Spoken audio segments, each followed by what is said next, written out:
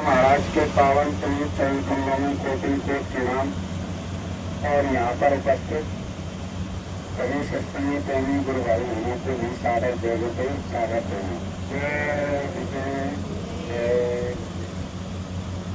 ये कुर्सी पीछे सरका दो, मार सब बिल्कुल हटा दो। ये हटा कुर्सी बिल्कुल, ये साइड भाग सामने गर्मी तो बनेंगे। अब वो सेंटर नाम है। गुरु महाराज ने कहा हम लोग बड़े सौभाग्यशाली हैं जो कि हर सप्ताह इस स्थान पर मालिक की चर्चा के लिए इकट्ठे होते हैं। ये मौके जीवन में बड़े भाग्य से मिलते हैं। अब ये जो पुस्तक गुरु महाराज ने अपने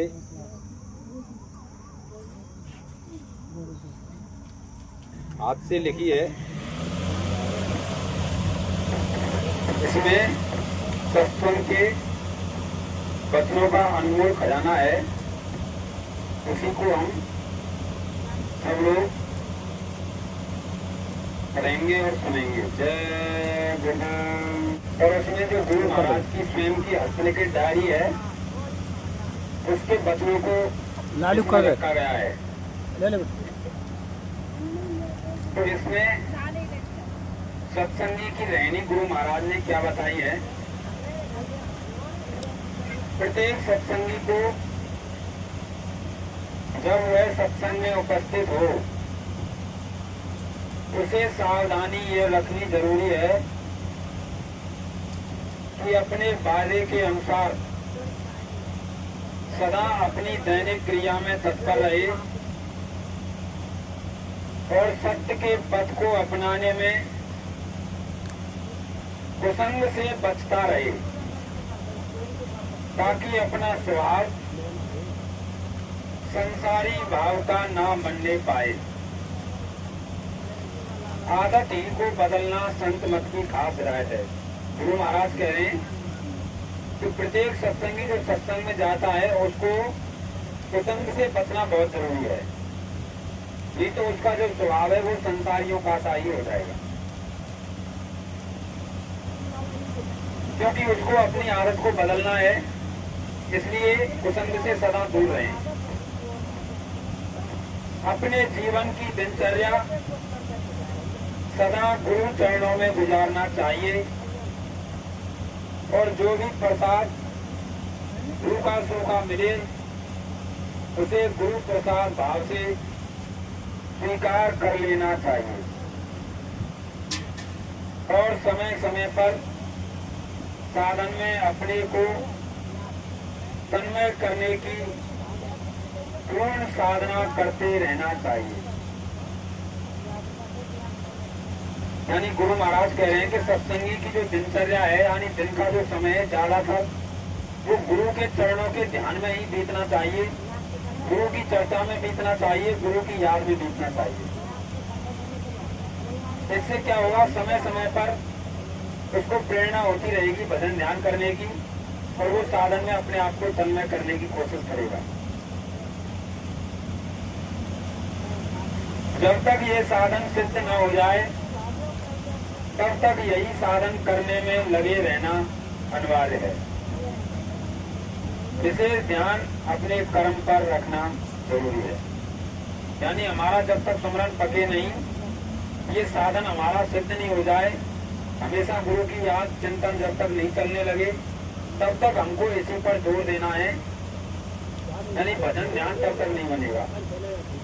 और हमें विशेष क्या ध्यान देना है कि अपने कर्मों पर ध्यान देना है। हमें विचार करना है कि हम दिन में क्या क्या कर्म करते हैं। साथ रहने वालों की रहनी। जो गुरु महाराज के साथ लोग रहते थे, गुरु महाराज जब काफले में जाते थे तो उनके लिए गुरु महाराज ने क्या रहनी सहनी बताई है। उसमें गुरु महाराज लिख रहे हैं कि आज सीकर ही रहा। सीकर में गुरु महाराज रुके हुए थे। साथी जनों को उपदेश है कि जिस कार्य के हेतु अपना घर छोड़ा है वही काम करना। विचरने की हालत में साथी जनों को अपने रहन सहन, अपने बोलचाल और आंखों को संभाल कर रखना है, क्योंकि यहाँ माया का जोर चल रहा है। ये तो सन 1995 की बात है, जब गुरु महाराज कह रहे हैं कि जो साथ में लोग चल रहे हैं उनको अपनी आंखों को संभाल के रखना है, क्योंकि माया का जोर चल रहा है। तो उस हिसाब से जब 95 में गुरु महाराज माया का जोर बता रहे हैं, तो अब तो बहुत ही ज्यादा काल माया का जोर चल रहा है, तो हमको विशेष सावधानी की जरूरत है। विचरने की हालत में साथी जनों को अपने रहन सहन, बोलचाल और आंखों को संभाल कर रखना है, क्योंकि माया का जोर चल रहा है। किसी वक्त भी साथी जन के मन को विचलित कर सकता है, यानी कभी भी माया का जोर जो है हमारे मन को पटक सकता है, विचलित कर सकता है।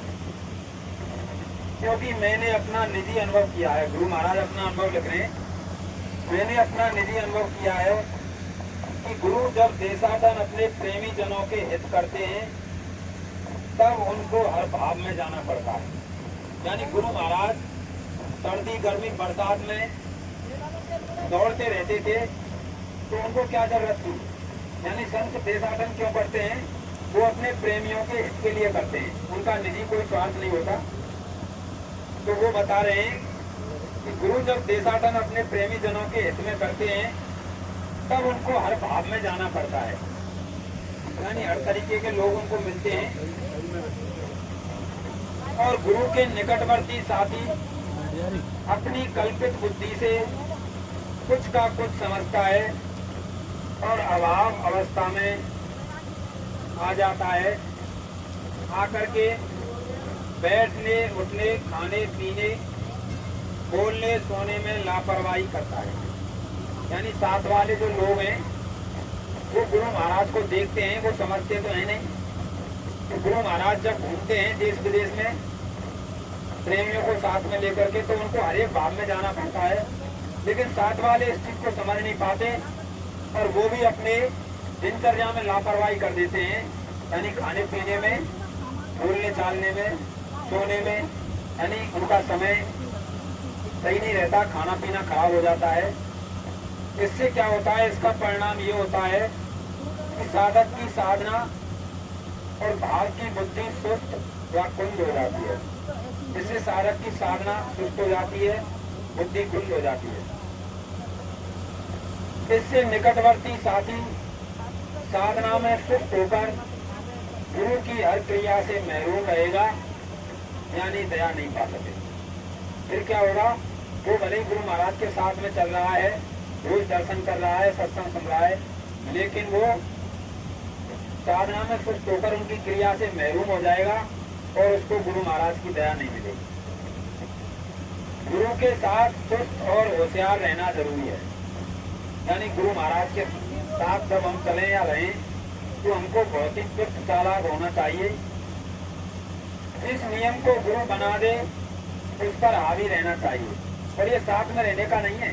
यानी गुरु महाराज ने जो नियम हमारे लिए बताए हैं या बनाए हैं, उन पर हमेशा हमको हावी रहना चाहिए, तब ही हम गुरु महाराज की दया ले सकते हैं। गुरु की हर कृपा पर आशिक रहना शिष्य का मुख्य धर्म है। यानी हमेशा गुरु के प्रति आशिक होना चाहिए। गुरु की कृपा साथी जनों पर बहुत होती है, यानी जो साथ में लोग वितरण करते हैं उनको गुरु महाराज की बहुत दया होती है, लेकिन साथी जन अपना विचार मजबूत नहीं कर पाते हैं। जिन कर्मों के बस होकर जीव को नरकों की असह्य त्रास पाना है, गुरु इसी असह्य त्रास से छुटकारा कराता है। यानी गुरु उनको साथ में लेकर जब देशाटन करते हैं, तो गुरु को तो मालूम है कि इनको नरकों में जाना है, इनके कर्म कैसे हैं, तो वो आप हमको नरकों से बचाना चाहते हैं, नरकों की यातना से छुड़ाना चाहते हैं। इसी वजह से वो साथ में लेकर के देशाटन करते हैं। गुरु चाहता है कि निकटवर्ती साधक शुद्ध भाव में आकर अचल साधना सूरज के जगाने की करने लगे और अपना जलवा आप देखें। गुरु महाराज तो हमेशा यही चाहते हैं कि ये लोग साधना में लग जाएं पूरी तरह से और अचल साधना करें, लेकिन और अपना जलवा आप देखें। पर साधक किसी न किसी क्रिया का शिकार होकर साधक की मनोवृत्ति बदलकर संसारी भाव की मनोवृत्ति में भ्रमण करने लगता है। लेकिन साधक के साथ क्या होता है, कोई घटना या क्रिया में आकर के वो बह जाता है और फिर वो संसार की मनोवृत्ति में रमण करने लगता है। जैसे ये आश्रम बना है, आश्रम का उद्देश्य क्या है? जो भी आश्रम जगह जगह स्थान गुरु स्थान बनाए जाते हैं उनका एक ही उद्देश्य होता है कि हमको जो गुरु महाराज ने रास्ता दिया है किसी भी प्रकार से हम उसमें लगें, क्योंकि घर में हम रिश्तेदार हैं, परिवार वाले हैं, संसार वाले हैं, गांव वाले हैं, तमाम तरह के लोगों में रहते हैं, तमाम तरह की बातें होती हैं तो उस भाव में बह जाते हैं। लेकिन आश्रम पर रहेंगे तो गुरु महाराज की चर्चा होगी, गुरु महाराज की प्रार्थना होगी, तो हमें हमारा फिर इच्छा होगी कि हम साधन भजन में लगे। इस उद्देश्य से आश्रम बनाए जाते हैं। कोई चीज गुरु महाराज बता रहे हैं, इसी वजह से गुरु महाराज साथ में लेके घूमते हैं। लेकिन वहाँ भी क्या होता है, और ऐसे ही आश्रमों पे वहाँ क्या है, हम वही भाव जो हमारे घर का है उसको यहाँ ले आते हैं।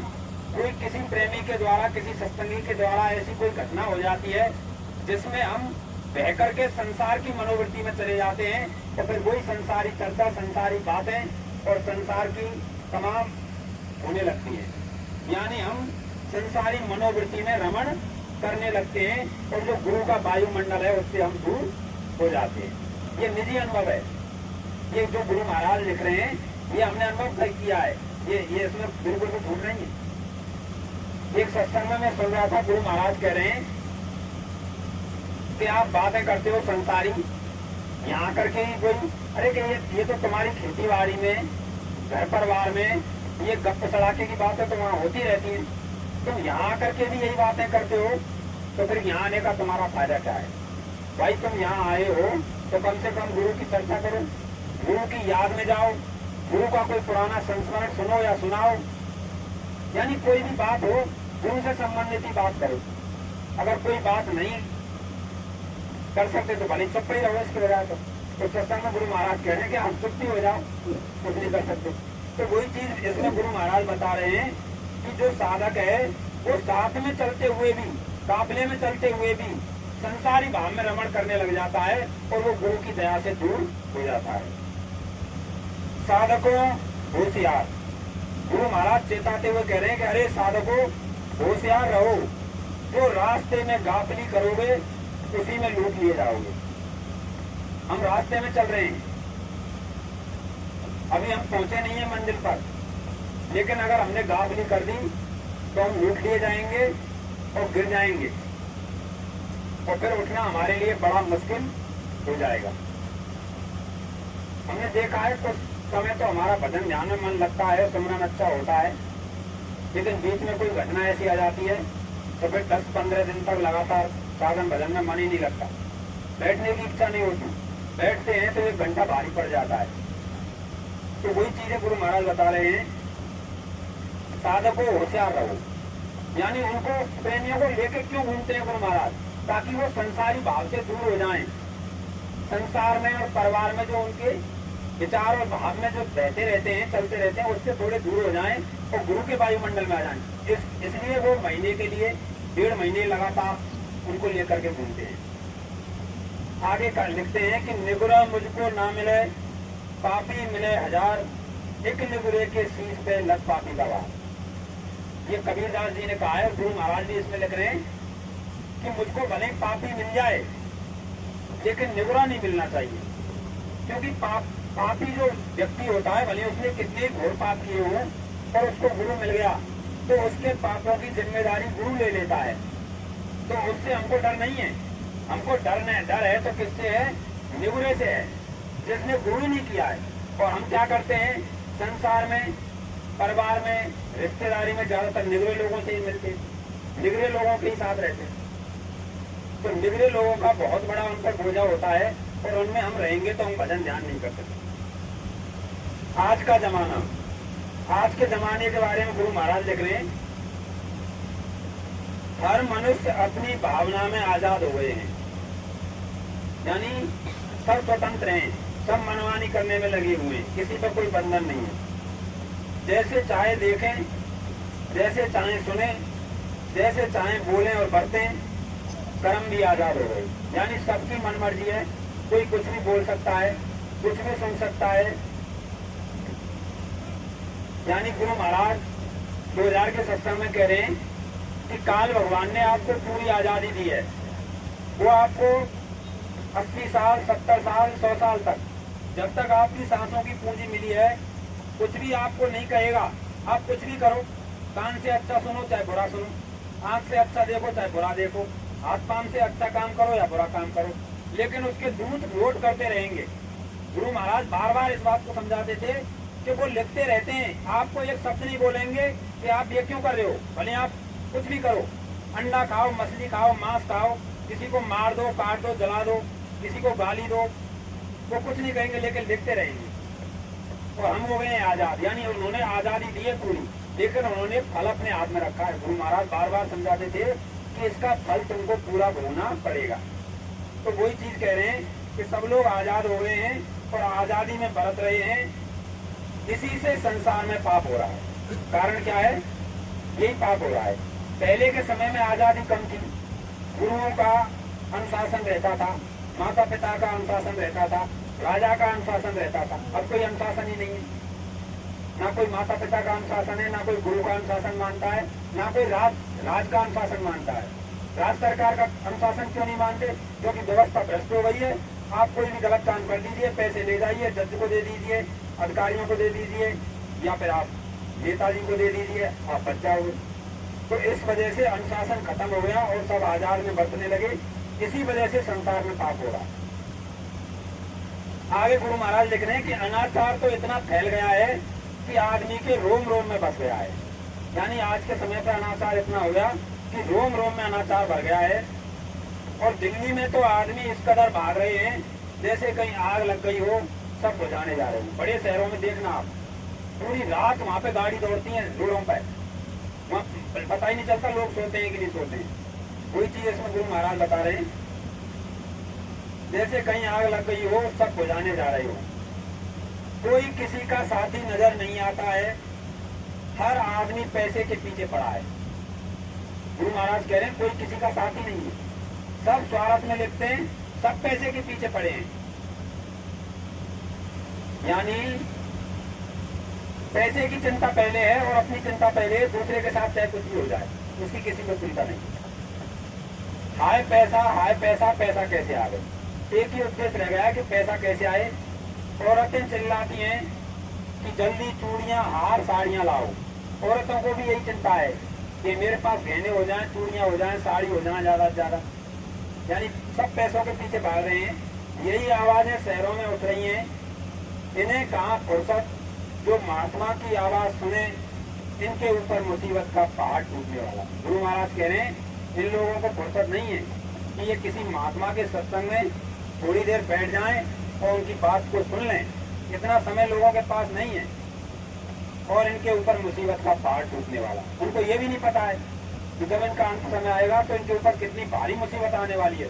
संत तो देखते हैं, वो इसमें लिख रहे हैं, आ रहा है जमाना, आ रहा है जमाना, साधुओं का बोलबाला होगा।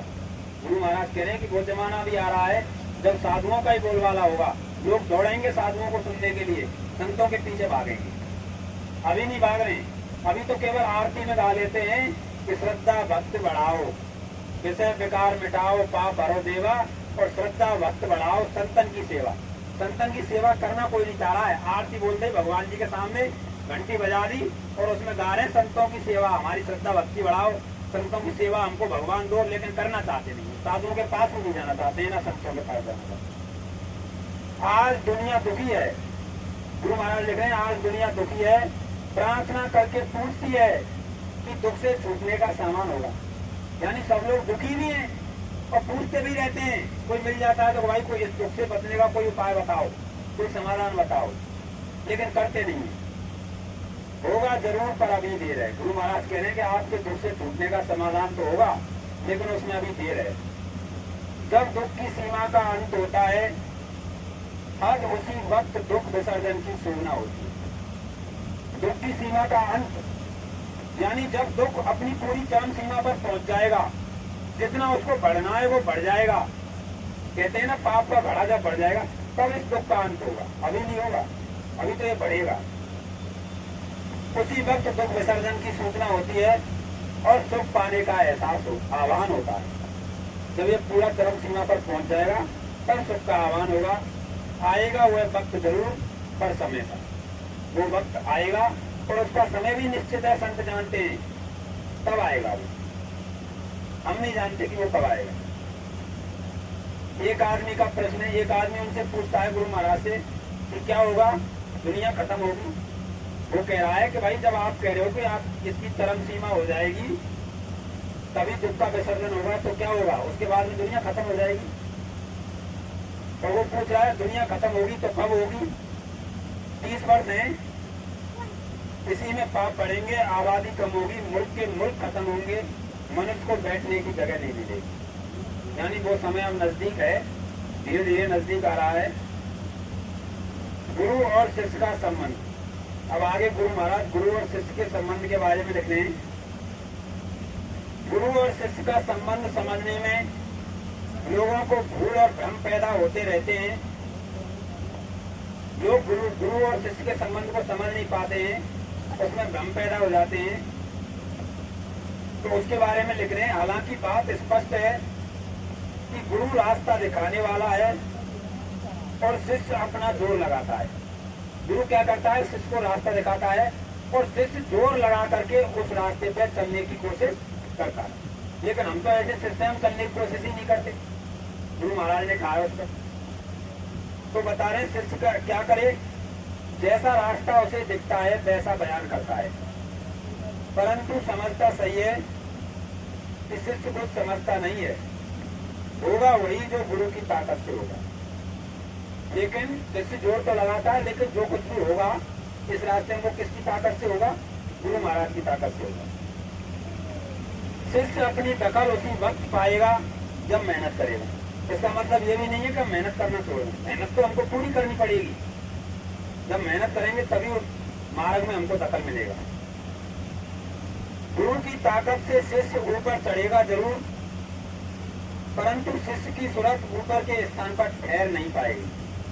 यदि गुरु किसी शिष्य को ऊपर चढ़ा भी रहे ऊपर के मंडलों में, तो वो वहां टिक नहीं सकता, क्योंकि उसने अभ्यास नहीं किया है। ये गुरु महाराज के और ये अनुभव है। बहुत से लोगों को गुरु महाराज ने नामदान दिया और नामदान देते उनकी आंख खुली, उनको सामने आंख बंद करने पर दिखाई देने लगा, लेकिन वो घबरा करके आंख खोल देते। किसी को आवाज आती तो वो घबरा जाता, डर जाता और कान खोल देता। क्यों? क्योंकि वो गुरु की दया से दिखाई सुनाई दे रहा था, उसने खुद ने तो मेहनत की नहीं। तो वही चीज इसमें गुरु महाराज लिख रहे हैं कि गुरु की ताकत से गुरु उसको उठा तो देगा, उसको पहुंचा देगा ऊपर, लेकिन वो ठहर नहीं पाएगा, वो गिर जाएगा। इस वजह से शिष्य को मेहनत करना जरूरी है। उसका कारण यह है कि अपनी मेहनत से सूरत टिकने का स्थान बना लेती है। इससे गुरु कृपा लेकर मेहनत करो। गुरु महाराज कह रहे हैं कि आप जब मेहनत करोगे, आप रोज अभ्यास करोगे, तो आपकी मेहनत से आपकी सूरत अपना स्थान बनाएगी टिकने का, और तब आप वहाँ पे रुक पाओगे। इसलिए गुरु की कृपा का सहारा लो। यानी होगा तो गुरु की कृपा से ही, लेकिन आपको मेहनत करना जरूरी है। आगे गुरु महाराज लिखते हैं कि जो जीव उपदेश लेकर मेहनत नहीं करते हैं, कुछ ऐसे हैं नामदान ले आए, माला खरीद लाए, आश्रम पे गए, गुरु महाराज के वहां नामदान लिया, माला भी ले ली और माला ला के घर पर रख दी, 1-2 दिन किया फिर छोड़ दिया, उसके बाद में फिर भजन ध्यान किया ही नहीं। तो उसके लिए लिख रहे हैं कि जो जीव उपदेश लेकर मेहनत नहीं करते हैं और मुक्त के आराम खोरे, उन्हें कुछ नहीं मिलता है, क्योंकि गुरु ने मुक्त का धन उनके नाकिस कर्म अनुसार न दिया, तो अभाव में आकर मुक्त का धन लेने की नियत से चोरों की तरह घूमते हैं और जब नहीं मिलता तो वहां से भी हट जाते हैं। ऐसे जीवों के मन में अनेक विकार रहते हैं, आप भरमे हैं और दूसरों को भरमाते हैं। कुछ लोग उपदेश ले लेते हैं, नाम दान ले लेते हैं, साधन भजन करते नहीं है, मेहनत नहीं करते हैं और दया कहते हैं गुरु महाराज दया करेंगे, गुरु महाराज की दया से। तो उनके लिए कह रहे हैं वो मुफ्त के आराम खो रहे हैं, यानी मोटा मोटा दया का बहाना बनाते हैं वो, और वो चोरों की नियत से घूमते हैं कि मुफ्त में गुरु महाराज दया कर दें तो हमको सीधा स्वर्ग लोक दिखा दें। तो ऐसे लोगों को कुछ नहीं मिलता है और वो अभाव में आके अट जाते हैं। ऐसे जीव संतों के पास बहुत आए और चले गए, आज भी हैं, कर्म अनुसार बेचारे धक्के खाकर 84 में चले जाते हैं, उनका कोई रक्षक नहीं होता है। जीवों को संभलकर गुरु के पास जाकर साधन में तत्परता रखना जरूरी है, जिससे सूरत अंतर्गत में जाग जावे और सत्य की धार को पकड़ ले और सूरत में चैतन्यता आ जावे। इससे गुरु की आज्ञा का पूरा पालन करना चाहिए। गुरु महाराज कह रहे हैं कि जीव को संभलकर गुरु के पास जाकर साधन में तत्पर रहना है, नित्य नियम से साधन भजन करना है, जिससे कि सूरत सत्य की धार को पकड़ ले। सत्संगी के आपस के व्यवहार, सत्संगियों के व्यवहार के बारे में गुरु महाराज लिख रहे हैं। सत्संगियों का आपस में व्यवहार कैसा होना चाहिए? सत्संगी जनों को आपस में किसी प्रकार की तनातनी नहीं करनी चाहिए, ऐसा शब्द प्रयोग नहीं करना चाहिए जिससे दूसरों को दुख हो। वचन उतना ही बोलो जो दूसरा आसानी से सहन कर सके। इस बात का सदा ध्यान रहे कि दूसरा अपने से दुखी न हो और परमार्थ की सीढ़ी से उतर नहीं जाए। वचन तोलकर मुंह से निकालो, सबको प्रिय भाव में लो। वे तुम्हारे साथ प्रेम से न बोले तो वह दुखी ना हो। यानी हमें आपस में तनातनी नहीं करनी चाहिए, गलत शब्दों का प्रयोग नहीं करना चाहिए।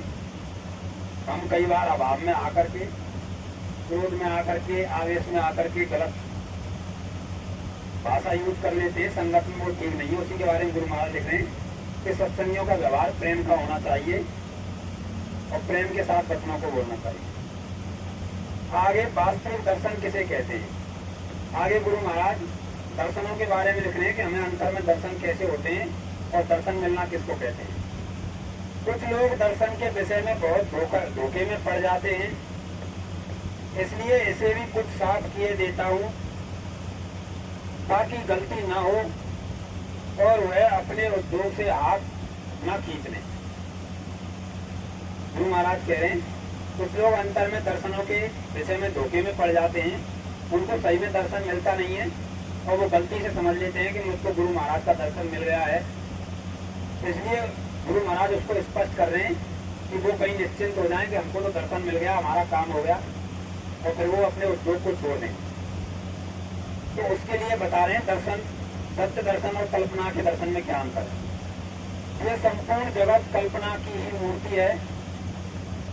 जिस तरह बर्फ के अंदर जल के और नमक के अंदर नमक के परमाणु ही रहते हैं, उसी तरह वाणी के अंदर कल्पनाओं का भंडार रहता है। इन सारी कल्पनाओं को त्याग करके एक कल्पना को पकड़ना ही साधना कहलाती है। ऐसी कल्पना को पकड़कर जब साधक अभ्यास करता है तो आगे उसी कल्पना का रूप बन जाता है अथवा वहाँ कल्पना के अंदर समावेश हो जाती है।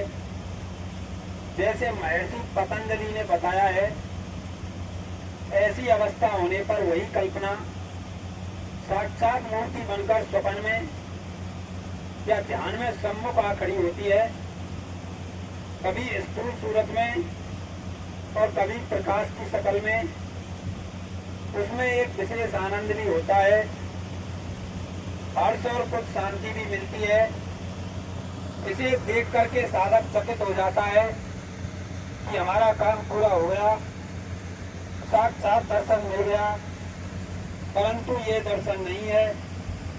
ऐसे दर्शन से धोखा खाके संतुष्ट ना हो जाओ, बल्कि आगे बढ़ो। वास्तविक दर्शन की और निज कल्पना की कुछ पहचान हम बताते हैं, उसी से अंदाजा लगाओ। गुरु महाराज कहते हैं कि हमारे मन में कल्पनाओं का भंडार रहता है। जैसे बर्फ के अंदर जल के अणु रहते हैं, बर्फ जो है जल का ही रूप है, तो उसके अंदर जो अणु हैं वो जल के हैं।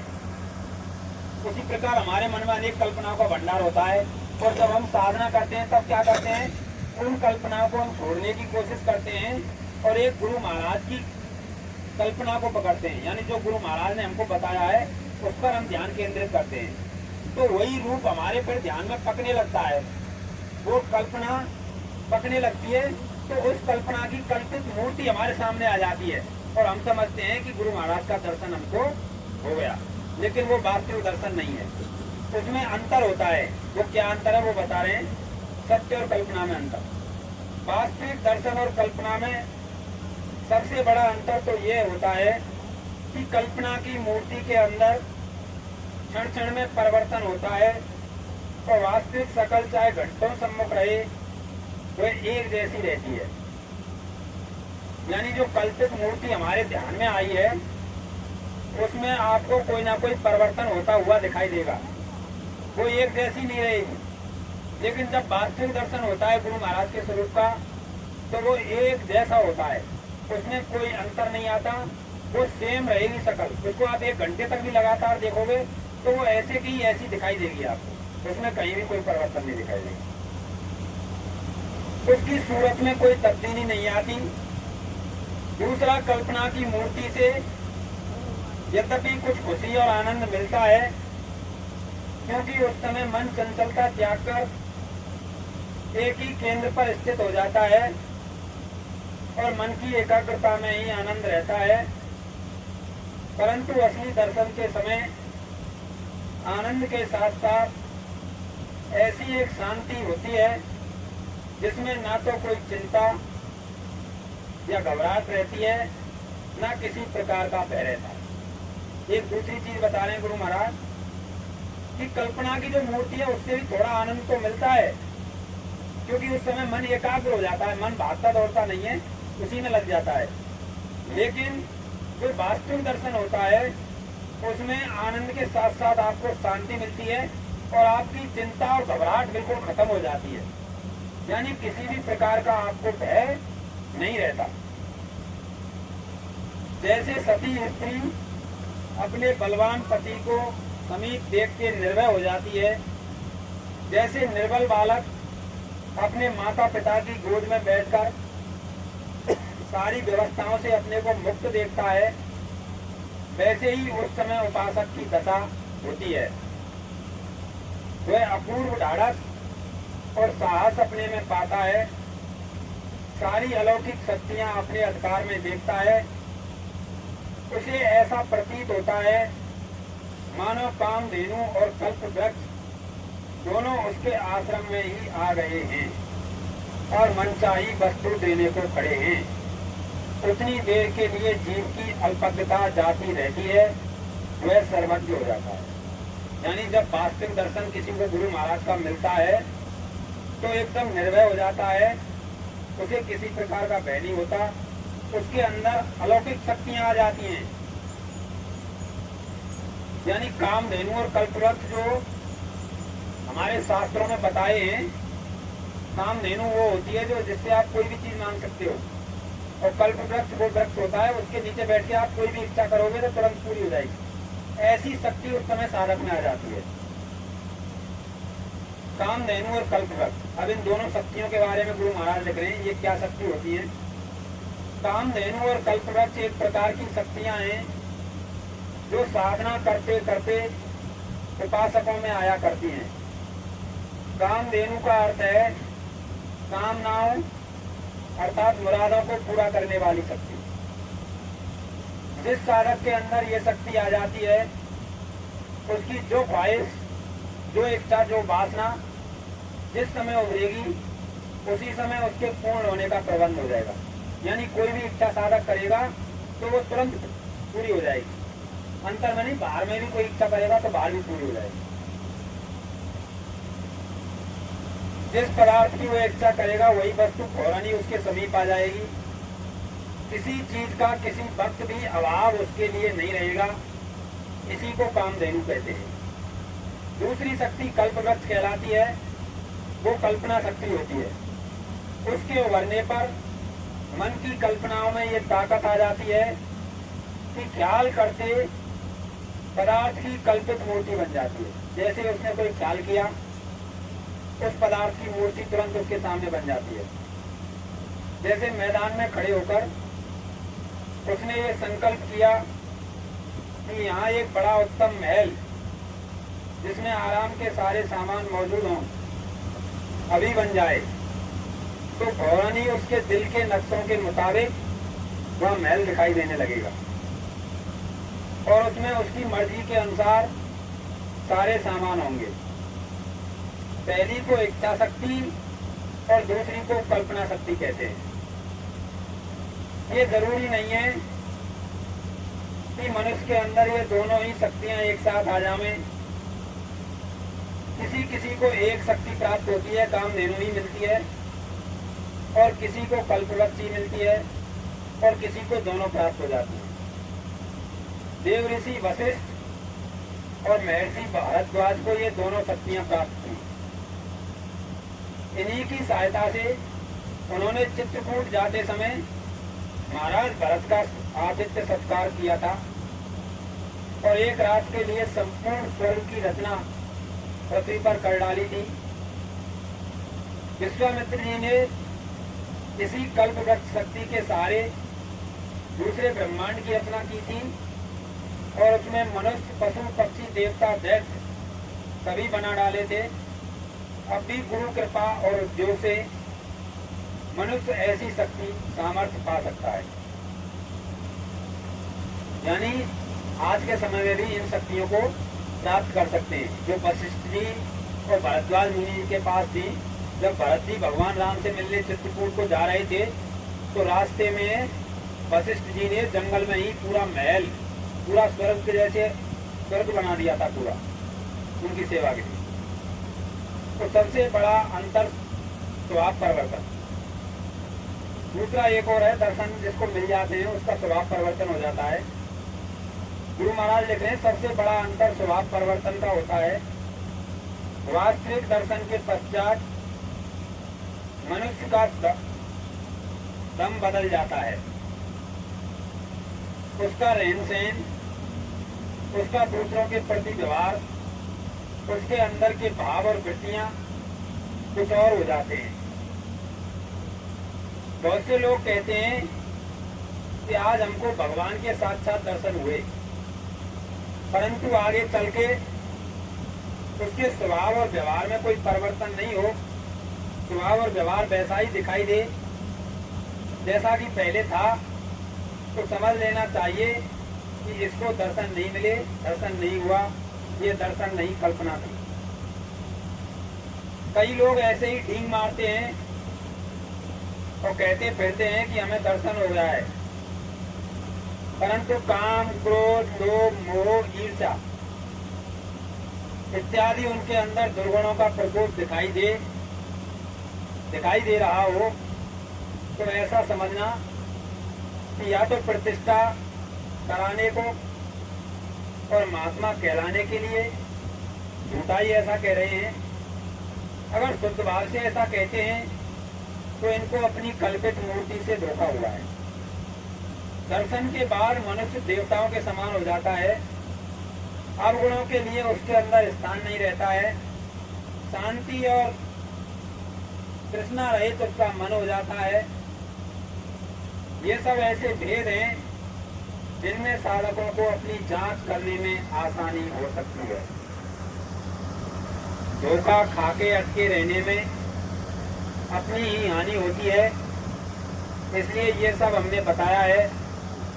जब तक गुरु से सनद न मिल जाए और गुरु पूर्ण न कह दे, तब तक अपने आप को विद्यार्थी ही समझना और विद्या के लिए कोशिश करते रहने ही में भलाई होती है।